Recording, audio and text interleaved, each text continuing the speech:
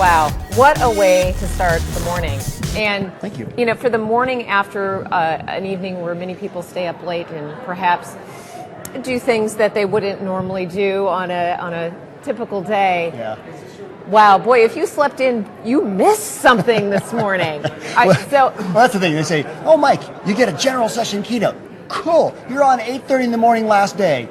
Great. No, but it was amazing. No. And can I ask you some musical geeky questions? Absolutely. I love geeky questions because I am quite geeky. Okay, excellent. So the hologram thing, wow. Wow. As a musician, when you're playing a duet, I know when you're playing with two live people, you watch each other's breathing and mannerisms, and you kind of cue each other. And you feel each other. Right. Beyond that. So what is it like playing with yourself? Yeah. Are you matching your own breathing? We do. Feeling myself. Let's not go there. Oh, good thing Dale's not doing a recap of this. Well, I already said that. That was one of the jokes. I know, that's coming to haunt you. Yeah. Oh, I know. I started to add in there. Yeah. Dale, that was a softball. Yeah, right. Yeah. You're welcome. Sometimes he doesn't pick those up, though.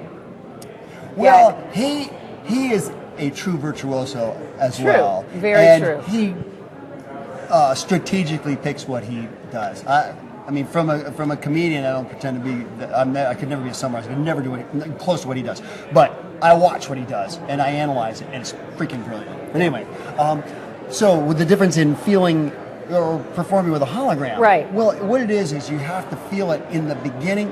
It starts because I pre-recorded both the Beethoven guitar parts. There's two guitar parts. Right. So I pre-recorded them. Right. I played the one I was playing live. Right. Of course, I'm not going to guitars. How would you even guitar sync? That would be. I wouldn't want to do that. But the hologram guitar part, I had to first of all feel it in the studio. Sure. Right. So I was really kind of expressing, and then once we were there in the studio. We went to a Hollywood movie studio and we're shooting the hologram because the key there is all the lighting and the high definition. It's extremely high definition shooting. I had to be in the moment and just feel the piece itself, and I figured whatever I feel here when I'm shooting it is what I'm gonna play off of later. Right. So it was already done, and so when I got into the moment there today, I just had to tune into what I did back then. Just tune into feeling that there. And the hard part, of course, is I'm looking as if I can see the hologram, but you can't. Oh. There's just blank dark space. So truly, you're not taking any cues off of that. No, not at all. Wow. Now I got to tell you, it looked like you could see yourself. I could see on the floor the hologram, but I'm not the hologram, but just the image. Right. But I couldn't see, so I had to look like, oh yeah, cool, and I'm just looking at nothing. Okay, so your whole point was that we should practice and be deliberate in practice and be a virtuoso. That's one of the points. Be a virtuoso. Yes. How much time did you spend practicing playing with that hologram? Okay, well, if you take just the hologram, I can't do it. I would say I've probably put 12 or 1,500 hours into this whole thing. I know, seriously, right? It's just crazy good. From you, that's high praise, buddy. Wow. Thank you. Unbelievable. Mind-blowing, life-changing. Wow. Yeah, that's right. You're going to have to raise your game. It's just crazy. Yeah, so it showed. I mean, it was just amazing. Well, it was, and you know what? Remember Eric Chester yesterday said, and I love this. First of all, I thought his was just beyond brilliant. Yes. It was as good as I have ever seen here. That's from the heart. He said, I love this, he said he threw out everything and made every piece of content audition its way back in.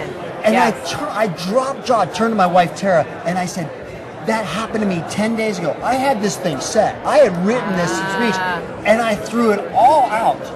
And I went, no, this isn't it. I've got to rewrite it. And I did, and some things stayed, but some things changed, but it got better. And that's what I was saying about songwriters. You know, as a professional songwriter, we learn.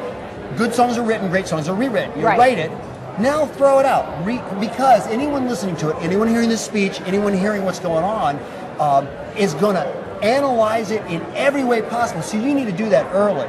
You know, in other words, it's like perfecting the product before you put it out there, because you don't want bugs. Right, and continuing to redo it, because some of the musicians that have had legendary long careers, they don't play that song the exact same way they did at the beginning of their career. No, and they shouldn't. I mean, if they do, that's fine. But and some things, if it's iconic, you're like, oh, well, gotta you play want it to play it this the way. same. If you want to play it a certain way, but you're going to see they got to be in the moment somehow. Right, you know, and so when you hear Springsteen do Glory Days now, or when you hear him do Born to Run now, it's not 1973 when he did Born to Run. You know, so it's new, he's going to bring a fresh. new energy, and all of us do that.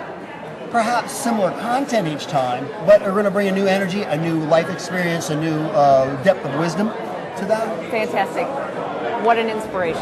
Thank you. I am floored. I am energized to go back and really work on what I do. And I thank you so much. I know we have somebody else coming on. Yeah, somebody else coming on. What a pleasure to sit next to you. Thank you so Appreciate much. it.